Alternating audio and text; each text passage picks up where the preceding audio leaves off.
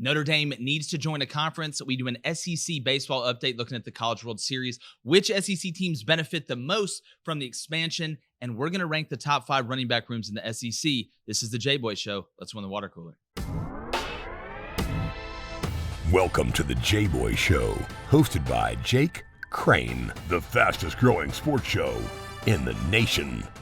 I'm Coach Hugh Freeze. This is Super Bowl champion Brandon Graham. Hey, this is DJ Shockley, and you're watching. And thanks for watching the Jboy Show. What's up, everybody? Thanks for hopping in again. Got another solo show. As I said last week, going to start doing this more. Really enjoy this. Got a lot of fan interaction asking us to do this as well. May add more, and there's a bunch of topics looking right now. But I want to start off before I get to my monologue and talking about Notre Dame with giving a shout out to betonline.ag. Head over there today. Tell them Jboy sent you. They have awesome sign-up bonuses. You look in the NBA playoffs. This is kind of winding down. Major League Baseball sprinting towards the fall in October. We know what that means. College baseball, depending on what sportsbook you use, but you need to be using betonline.ag, and you need to head over there right now. They're going to play the Sharps, and as I said earlier, tell them that Jboy sent you. My monologue today is one, and I've kind of hinted at this. I'm not a big fan of Notre Dame football for a multitude of reasons. Not that they just waste a spot in the Final Four almost every year. Not that a bunch of hype gets built up around them and it always ends up being the same. But just the audacity of a team that, and I understand tradition. The Mayans had tradition. Okay, I understand tradition. But you haven't won one since 1988. You keep wasting a spot in the college football playoff. It's the truth. It's the truth. Just go back and look. And we talk about this all the time. But you've played a partial ACC schedule since, I think, 2014. Last year, you play a full ACC schedule, and it was a great fit, but now you still want to be independent. Join a conference. Grow up, Peter Pan. Count Chocula. Stop acting like you're something you're not. This isn't Lou Holtz in 1988. This isn't some guy with the nickname the Galloping Ghost or Ronnie Crazy Legs Johnson. Wake up. And I understand they're going to say, oh, this money for NBC. I just don't understand why Notre Dame and I guess the monetary side and them wanting to be independent. It's like being the skinniest kid at fat camp. Like we're tired of it. Everybody else in college football is tired of it, especially from somebody that doesn't win. Tennessee won a national championship more recently than y'all. It's unbelievable. Join a conference. So now you're saying with the new 12-team playoff rule, oh, we're not even worried about being one of the top 4 seeds. Well, we've been trying to tell y'all that for a while. But Notre Dame's still going to sneak in there and take a spot and get beat out every year. They need to join a conference. And we need to stop giving Notre Dame so much credit. We need to stop giving Notre Dame the benefit of the doubt. We don't give these other teams the benefit of the doubt, but we always talk about Notre Dame. Always Notre Dame's going to do this, that, and the other. And most of the time they're playing an independent schedule. You're not Army. You're not Navy. I can understand that. But you don't hear them crowing all the time. Notre Dame needs to join a conference or just shut up. Like, do one of the two. And I have family members that are Notre Dame fans. But from everybody else in college football, join a conference. You're not the cool kids. You don't sit at the cool kids. Everybody else doesn't look at Notre Dame like, oh, look at the cool kids. You're not Bama. You're not Georgia. You're not Ohio State. You're damn sure not Clemson, even though you beat them once in the regular season last year. And then you see how that happened when it really, really counted. I mean, to quote the Migos, y'all just get the bag and fumble it. Y'all really do. Join a conference. Stop wasting everybody. It's a great fit in the ACC. To be honest with you, it's the perfect time to get in the ACC because it's Clemson and everybody else. The ACC would love you. You would be one of the bells of the ball. But no, you're fine with being the skinniest kid at fat camp, I guess. But just the audacity to put the ACC in the friend zone. That's what Notre Dame did. They put the ACC in the friend zone. They teased them with the partial schedule. They teased them with giving them some money. Then they really played a game of ouch, ouch, here on my hair and joined the conference for a whole season last year. And then you bail? I'm so I'm tired of hearing about Notre Dame. Every time we have to hear something about a college football rule, here comes Notre Dame, and this, well, we're going to do this. We're going to be different. That I'm just tired of it. Just join a conference. And if you're not going to join a conference, don't complain.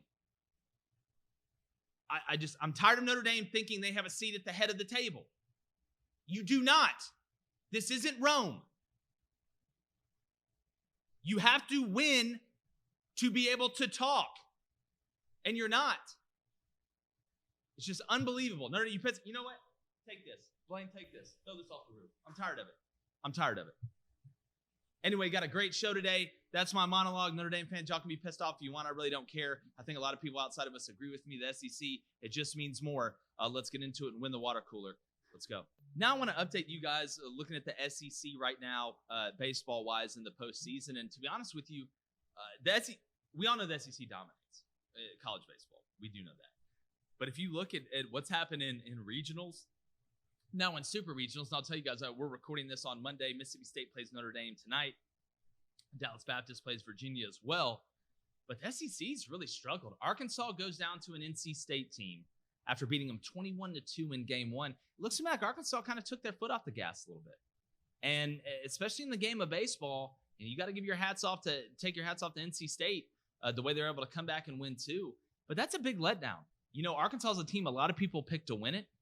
Did not lose an SEC series all year. One of the most dominant regular seasons in college baseball history. You hate it for Cops, a guy that just pitched his guts out. But Arkansas just, they dropped the ball, no pun intended. You let routine fly balls land. You do things that are out of character. And in a 3-game series in the game of baseball, you can get beat. Now, we knew Tennessee and LSU. There's an SEC team coming out of that. I hate when they put two interconference teams together in the super regional. I guess at some point you have to. But then you look at Ole Miss, really getting blasted in game 3 against Arizona. I was surprised by that. It was a great story. Mike Bianco trying to go get a national championship. The Elko kid, the Kirk Gibson of college baseball, the way that team had rallied around him, you see them, you get beat pretty badly there in game 3. That surprised me. Florida loses in a regional. And just going across the board, Vandy, we knew they were going to be there. Jack Leiter looked like the old Jack Leiter. We all know what Kumar Rocker is able to do on the mound, and they're looking pretty dangerous as we get there. But it's been kind of a letdown in the postseason for the SEC, and I think a lot of fans will agree with that. And looking right now, like you're going to get at max 3, but possibly only 2 teams in the College World Series from the Southeastern Conference, and a lot of teams coming into that a lot of people didn't think were going to make it that far. I believe, using NC State as an example again, they started 1-8. In ACC play. That's amazing. It shows you the fortitude of that team, but kind of surprising with the amount of pitching that the SEC has, with the amount of depth on the roster that the SEC has. And at that point, I do got to say, playing these neutral super regional sites, like watching Dallas Baptist play Virginia in Columbia, it's stupid. Now, I guess I can understand with everything that's going on before the season, this, that, and the other, but we got to cut this out. You're trying to grow the game of college baseball. Play the games in the towns of one of the host teams. This is ridiculous to watch. It feels wrong. You're not going to get nearly the attendance in what should be a spotlight all on college baseball, and now everybody can go back and watch. It should be ruckus. I mean, you go look at the places that do host. It's ruckus. I hope they change that.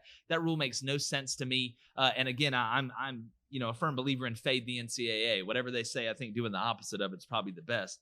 But that's neither here nor there. And switching gears to college football, and if you've noticed, we put out a bunch of graphics starting to rank the position groups, so the rooms. And I want to say this.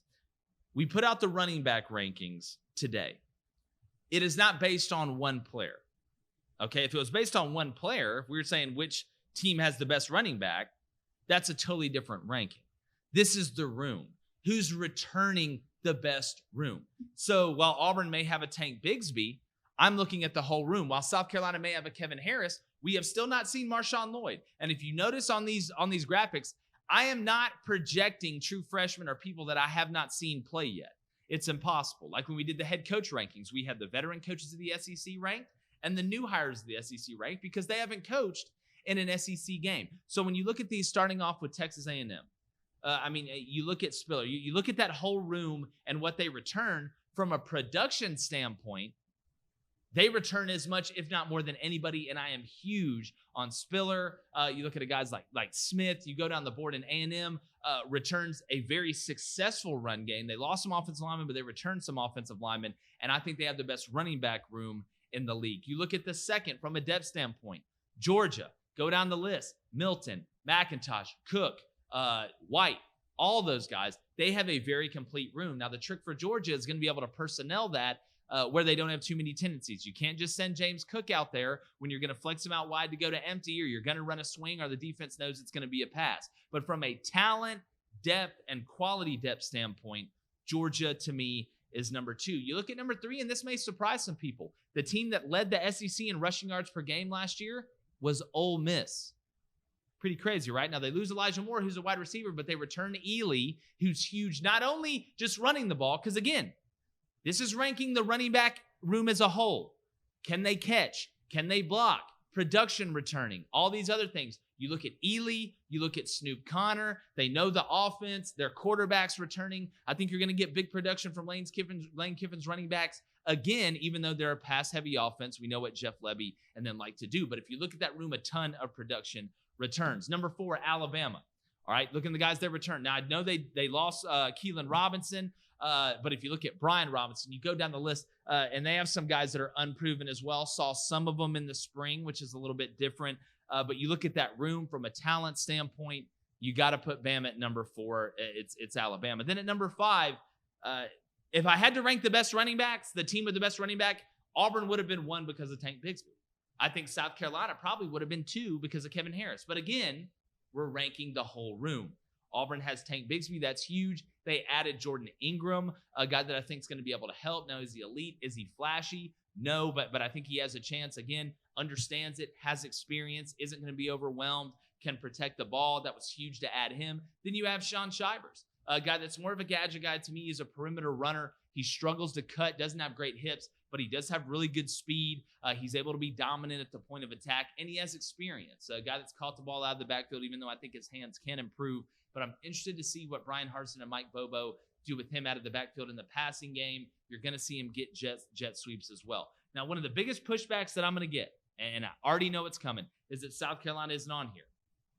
But outside of Kevin Harris, who's a good back, he's a good back, really good back. Marshawn Lloyd's unproven, and he's coming off an ACL injury. Florida fans like, oh, we got DeMarcus Bowman. Haven't seen him yet. And these are all preseason lists. But when I'm looking at the rooms and I'm grading the rooms from an ability to run the ball, protect the ball, from ability to pass, to be a pass catcher and pass protection, and really who has the most amount of guys that can do these things, I think 1 through 5, it's A&M, Georgia, Ole Miss, Alabama, and Auburn. I really think so.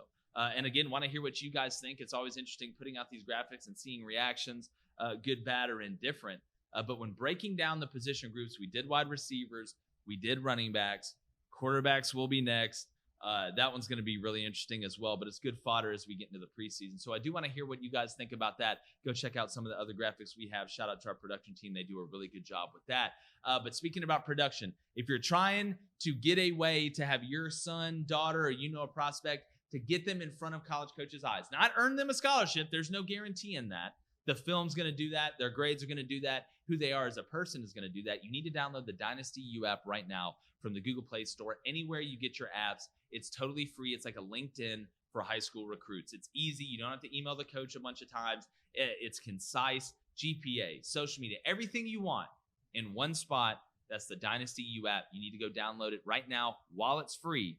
Remember, I told you guys that. That's the Dynasty U app. And also tell them that Jboy sent you. But I do want to move on to talk about there's some teams, in my opinion, that have really benefited more from this new college football playoff model. And I've done my takes on it. You guys know I want an 18 playoff. I think 12's too many, and I hate the four buys. I don't like that in the game of football. It's such a huge advantage. And there's some people say, oh, well, they're the top 4. They deserve some.